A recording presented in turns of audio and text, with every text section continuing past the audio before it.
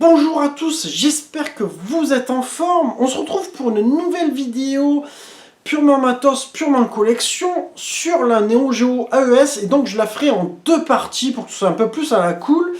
Et là vous allez me dire, mais ça fait un moment que tu faisais plus format sur ta chaîne.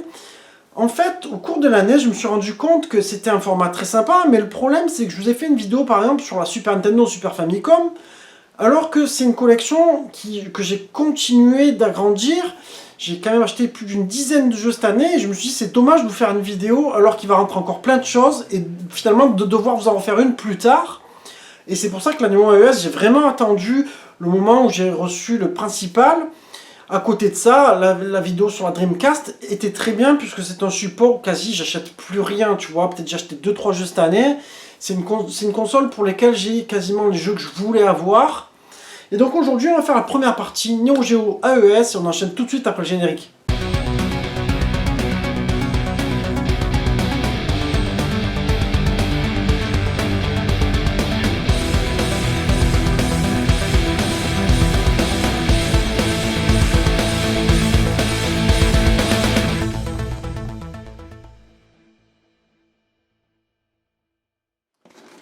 Alors pour démarrer cette vidéo, on attaque avec le Art of Fighting premier du nom en version japonaise. Un jeu que j'ai beaucoup aimé, d'ailleurs je l'avais eu en version américaine, mais je voulais justement le changer pour avoir la version Jap, car je préférais vraiment la jaquette. Alors moi je l'ai plutôt en bon état, même si tu as une sorte d'effet un peu gondolé, tu vois, mais bon c'est comme ça arrive sur le jeu Neo, je sais pas pourquoi. À côté de ça, bon c'est une notice qui est plutôt en bon état, un petit peu froissée, bon après à l'intérieur elle est assez propre. Et la cartouche reste quand même assez propre, tu vois, donc je suis assez content de cet achat. Surtout que c'était des jeux qui à l'époque, au moment où je l'ai acheté, franchement je l'ai eu je crois pour 40 €. Ça restait assez correct. Bon, c'était il y a quand même 2-3 ans de ça, je sais plus exactement. Un jeu, d'ailleurs, que j'ai beaucoup aimé parce que tu peux vraiment jouer contre l'ordinateur. Il est vraiment accessible. C'est plutôt celui-ci que tu vas arriver à finir tranquillement, tu vois. Art of Fighting 2, que j'ai aussi en super état. Franchement, je suis très très content. Alors celui-ci, c'est justement le problème, hein, c'est l'intelligence artificielle. L'ordinateur est vraiment très difficile. Moi, j'arrive au 7ème stage, je crois, là, sur la carte mémoire. Je joue contre Robert. Et là, je suis en train de galérer contre lui. Alors pareil, la cartouche reste assez propre. Franchement, je suis assez content. Et la notice, je sais plus. Bah, la notice aussi, elle est plus propre que le premier. Tu vois, elle est beaucoup moins froissée.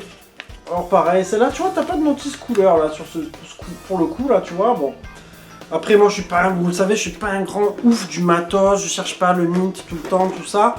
Un jeu que j'ai eu à Noël 2021, c'était sous les conseils de notre ami Tarma de Neo Geo Spirit, le Fighter History Dynamite, un jeu que j'apprécie particulièrement.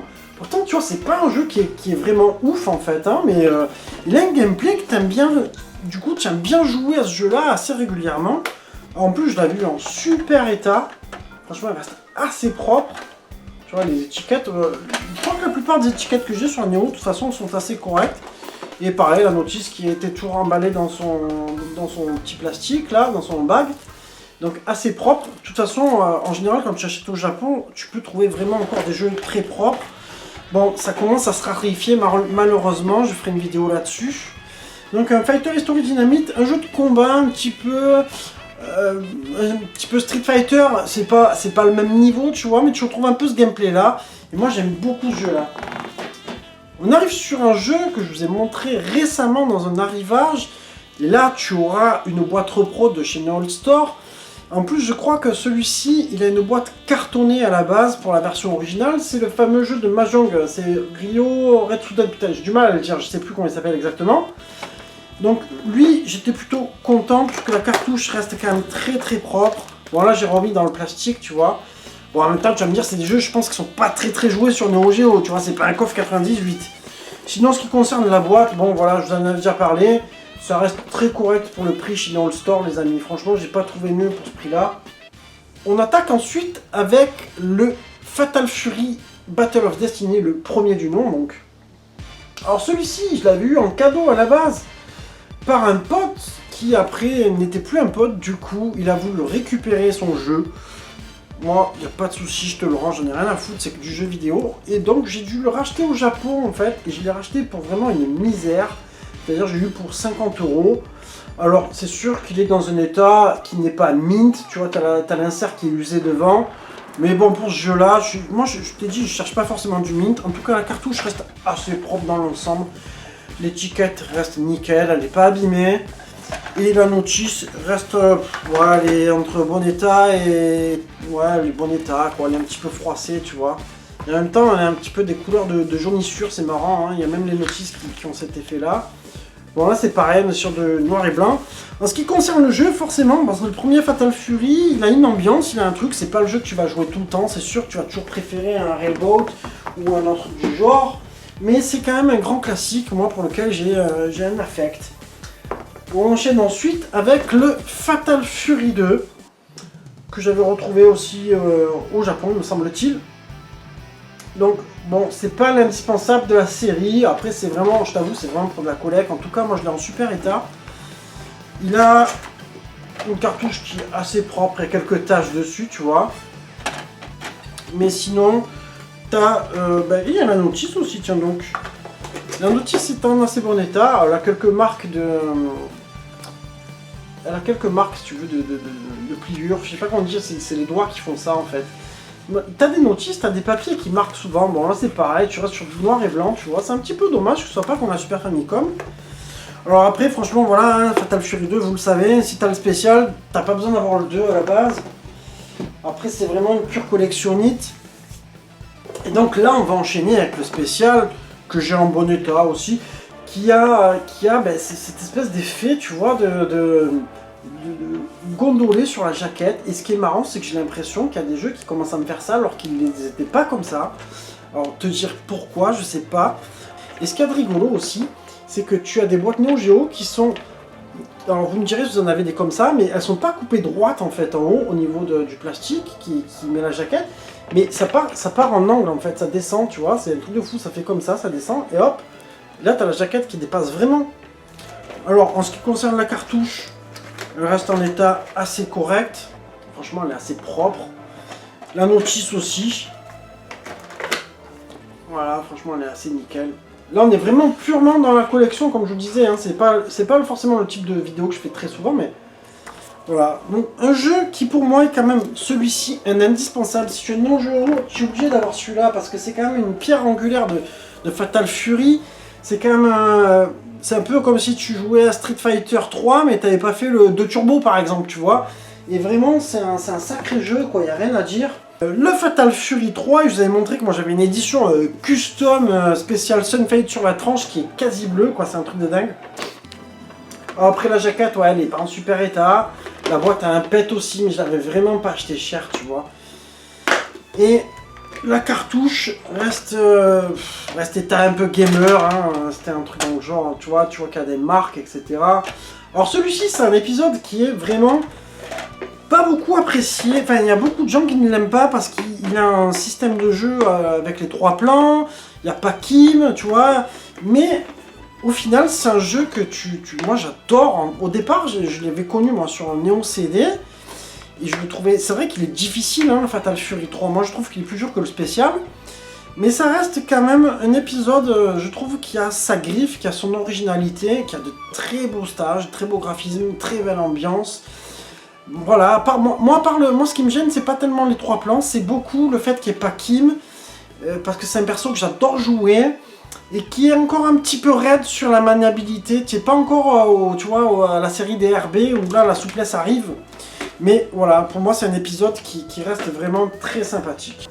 Le Railboat premier du nom, avec une boîte converte, hein, j'avais dû vous en parler, c'était une époque, c'était les premières boîtes que j'ai achetées chez Neo Store. Au début j'ai voulu tester avec des boîtes molles, bon maintenant que je les ai, j'ai pas envie de changer, tu vois. Donc moi je l'avais pris comme ça, forcément, tu as une image qui est un peu étirée, tu vois, puisque c'est pas le format normal. Mais au moins tu as ta cartouche qui est bien rangée, du coup bon, j'ai pas de notice avec celui-là. Mais la cartouche reste assez propre, je suis assez content. Et d'ailleurs j'avais appelé Colic parce que moi quand je l'ai reçu, tu vois, sur les 2 PCB, tu avais une couleur différente, tu avais une verte et une marron, et j'avais trouvé ça un peu chelou. Tu vois, tu m'aurais mis 2 marrons, c'était pas grave. Et en fait, lui, il a pareil, sur sa cartouche, il me semble que lui, c'est pareil. C'est lui ou c'est Game Oni, je sais plus. Alors, voilà. Donc, après, c'est vrai que, avec le recul, je me dis, à l'époque, j'aurais pu prendre déjà des boîtiers repro en Snap-Lock, mais bon, c'était pas cher, ça m'arrangeait à ce moment-là. Mon préféré, le Railboot spécial, qui est aussi en boîtier Snap, mais repro. Moi, je trouve que ça reste quand même assez propre, franchement. C'est sûr que dans les couleurs, si tu regardes la netteté, elle est pas pareille qu'une vraie jaquette. Mais bon, ça fait largement le taf. Et donc le Railboot spécial, franchement, voilà, qui est en état, voilà, entre bon état et gamer, je sais pas comment on pourrait dire. Mais moi, ce jeu-là, tellement je l'attendais, enfin pour ceux qui suivent ma chaîne, vous le savez, franchement, c'est mon préféré quand je l'ai eu, putain, j'étais comme un fou, quoi. Je pense que c'est le Fatal Fury le plus souple qu'ils ont fait parmi les 8, tu vois. Donc voilà, vraiment, ça c'est mon petit jeu du cœur, mon petit Fatal Fury du cœur, c'est celui-ci. La saga des coffres, et on finira là-dessus pour la première partie. Donc forcément, le 94. Alors les coffres, honnêtement, pour moi, tu es au moins obligé de les avoir jusqu'au 2000. Parce que c'est vraiment, putain, c'est quand même une sacrée saga. Alors celui-ci, pareil, je l'avais pas eu pour très cher. Bon, ben voilà, tu le sais, moi, tu vois, j'ai déjà 4 gondolés, mais bon, c'est comme ça. Ce qui compte, c'est que le jeu marche. Ensuite, la cartouche reste assez propre. En même temps, celui-ci, je l'ai eu au Japon, les gars. Je l'ai eu pour 25 ou 30 euros. C'est un truc de dingue. Je l'ai vu passer, je fais, hop, toi, tu viens de suite à la maison. Alors, avec la notice. Alors là, tu vois, une notice format CD. Mais en même temps, j'ai envie de te dire pourquoi pas, après tout. Là, tu as un petit peu de couleur, par contre. Donc, un coffre qui est quand même, pour moi, à faire. Même s'il est très raide au niveau maniabilité, même si tu peux pas choisir tes équipes, c'est quand même le premier. Et il a une ambiance qui est quand même assez sympathique. Des stages qui sont plutôt très beaux. Et ben moi, je m'éclate toujours à le refaire. Hein. Je t'avoue que j'y joue souvent, celui-là. Là, on arrive forcément sur mon coffre du cœur, le 95. Oh putain, celui-ci, enfin, à chaque fois qu'on en parle, j'ai les frissons. Parce que c'est le premier que j'ai connu aussi. Hein. Moi, c'est sur celui-ci que j'ai démarré. Sur PS1 en plus, les amis. Donc, moi, j'avais connu un petit peu les chargements, même s'ils étaient courts sur cette console. Alors là, je l'ai complet. En état plutôt assez propre au niveau de la cartouche, au niveau de la boîte. Et de la notice. Donc franchement, ça c'est pour moi c'était une priorité de l'avoir. D'ailleurs c'est dans les premiers jeux, enfin c'est pas mon premier jeu mais c'est dans les premiers jeux que j'ai voulu avoir vraiment sur cette machine. Bon voilà, là on aussi un petit peu de couleur tu vois sur la notice. C'était pour moi c'était super important. Alors par contre, comme j'ai dit souvent, c'est que moi j'avais tellement connu avec les musiques CD que quand je suis passé sur la cartouche, ça m'a fait un petit peu drôle, tu vois. Le passage était difficile même sur le moment. Et maintenant, ça me fait plus rien. Maintenant, j'aime autant les musiques cartouches, finalement. Le 96, que j'ai eu un peu après, je crois, le 95. Alors, celui-ci, il a une jaquette, moi, je trouve, qui est franchement... qui est éclatante, qui est géniale. Moi, je trouve que rouge comme ça, avec Kyo derrière, ça tue vraiment. Alors, un coffre qui est un petit peu critiqué pour son jeu, je vous explique un petit peu. Alors là, c'est marrant parce que c'est le seul coffre où ils ont fait une tranche avec tous les persos comme ça. Alors, il est un petit peu critiqué parce que celui-ci, ben, tu as Kyo et Robert qui n'ont plus les boules de feu qui vont jusqu'au bout. Ça, c'est vrai que moi aussi, ça m'a fait un petit peu chier. Mais tu vois, je l'avais reçu comme ça, pareil. Hein. Alors, quand j'achète les jeux au Japon, mec, ils sont toujours très bien emballés. Quand je peux garder le plastique, je le fais. Avec la notice dans le bag. Alors, on va essayer de la sortir un petit peu pour vous la montrer. La cartouche reste vraiment en très très bon état. Et je trouve que surtout, tu vois, franchement, même l'étiquette de la cartouche, quand tu la vois de près, bon là je te montre à travers le plastique, mais putain, ça claque quoi, franchement, elle est trop trop belle.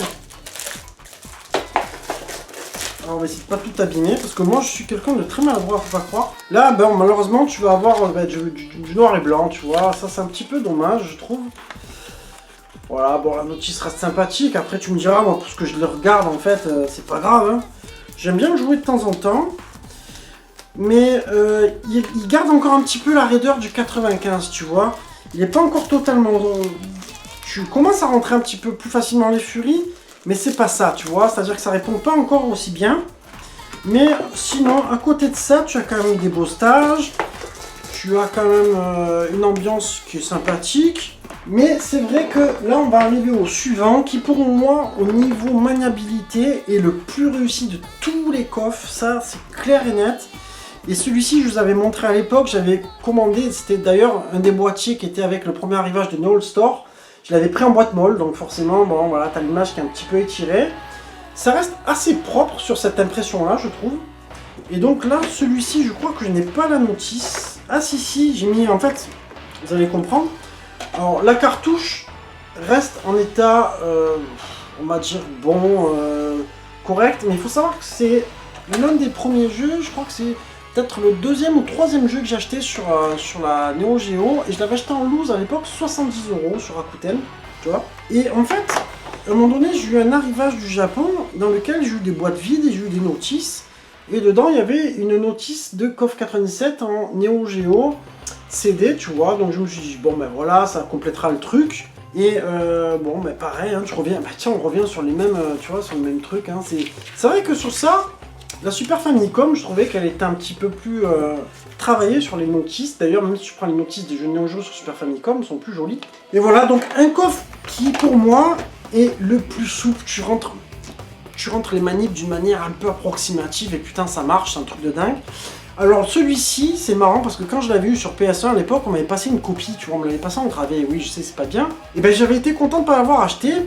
Parce que moi j'avais eu beaucoup de mal au fait que d'un coup il n'y avait plus les musiques. Alors sur le moment j'ai cru que c'était le jeu qui buguait, tu vois. Je dis à mon pote, putain le jeu tu me l'as gravé, il a foiré, tu vois. En fait, ils avaient voulu faire une ambiance un peu à la Last Blade. Alors il y a un star où ça marche bien, c'est à Bali je crois, où tu as une sorte de musique derrière d'ambiance, une fin de musique de... Putain comment tu dis ça, un petit peu de tribu, je sais pas comment dire. Mais ça marche pas pour tous les stages je trouve. Mais ceci dit... pour moi, le 97, c'est celui qui a le plus beau stage final, et surtout le boss que tu peux vraiment battre. On enchaîne sur le 98, pour lequel j'avais eu, pareil, j'avais acheté la boîte Repro, les trois boîtes, c'était Railboat, KOF 97 et KOF 98. Alors là, c'est vrai que bon, ça passe un peu moins bien, peut-être, tu vois, le fait de la Repro, mais je m'en fous, ça range bien ma cartouche, c'est déjà bien. Alors celui-ci, j'aurais pas la notice. Voilà, la cartouche qui était quand même en état plutôt bon, hein, je dirais. Il y a quelques marques, mais bon, en même temps, moi j'ai dû en faire aussi des marques en jouant, tu vois. Donc celui-ci, c'est un coffre qui est très apprécié. Un jeu d'ailleurs, à l'époque où j'ai acheté le 97, je le prends d'un coup, tu vois, je le vois, je me dis, allez, je me lâche. Et juste après, je vois le 98, et là, je me dis, ah putain, si j'avais su, j'aurais pu le 98. Et finalement, je suis content que ce soit passé dans cet ordre-là, parce que le 97, ça a fait que quand je l'ai eu, je l'ai poncé comme un malade, et j'ai appris à l'aimer, en fait. Et le 98, aujourd'hui, je le trouve toujours très bon. Les stages sont magnifiques. Il y a juste un truc que je regrette, c'est qu'ils ont un petit peu réduit la maniabilité. Je pense que ça a été un petit peu voulu parce que le 97 était tellement facile à jouer, tu vois. Mais il faut savoir que c'est un jeu qui est encore très joué. Et souvent, de toute façon, on te parle de KOF 98 ou KOF 2002. Et donc, on arrive sur le dernier KOF que j'ai en ma possession. C'est le 99 pour lequel j'ai repris une boîte molle, tu vois, parce qu'en fait, je m'étais dit, vu que j'avais pris les autres comme ça, je me suis dit, bon, allez, c'est pas grave, on reste sur ce format-là. Et alors, un coffre qui, pour moi, est vraiment très beau au niveau des graphismes, je le trouve vraiment super. C'est celui où tu as l'apparition des strikers aussi. Tu as des musiques qui sont plutôt sympathiques, moi c'est vraiment un jeu que j'aime bien. Ensuite, je t'avoue que j'aimerais bien avoir le 2000 aussi, mais le trouver en loose au Japon, ça devient très compliqué. Alors celui-ci, je l'avais montré, je l'avais trouvé il y a déjà plusieurs mois. Alors je l'ai eu en état un peu gamer hein, quand même, il est un peu fatigué. Mais je l'ai eu à 60 € au Japon. Donc sur ça, j'ai pas hésité. Je me suis dit allez on envoie. Bon ça se trouve il ne marche pas. Mais finalement c'était le Last Blade 2 qui marchait pas tu vois. Donc voilà, un coffre qui reste assez sympa. Pour lequel il manque un petit peu des stages. Il t'en manque un peu, il n'y en a pas assez je trouve. Tu vas par contre avoir la version évolution sur Dreamcast. Pour lesquels ils ont rajouté la 3D avec d'autres stages. Qui est pas mal aussi. Et bon voilà, donc je pense vraiment, moi sur ma wishlist, il me faudrait vraiment le 2000. Après, je t'avoue que 2001, j'ai pas beaucoup apprécié. 2002, je l'aime pas beaucoup au niveau esthétique. Par contre, au niveau gameplay, c'est vrai qu'il est très bon. Et le 2003, bon, j'ai pas accroché. Mais voilà, moi si j'arrive à aller jusqu'au 2000, pour moi, j'ai mon setup, mon full set KOF qui est parfait quoi. Voilà pour cette première partie, j'espère que vous aurez kiffé. Et je vais vous enchaîner tout de suite la deuxième partie, hein, comme ça elles sortiront vraiment l'une derrière l'autre. Et puis moi je vous dis merci à tous et on se retrouve pour la deuxième partie.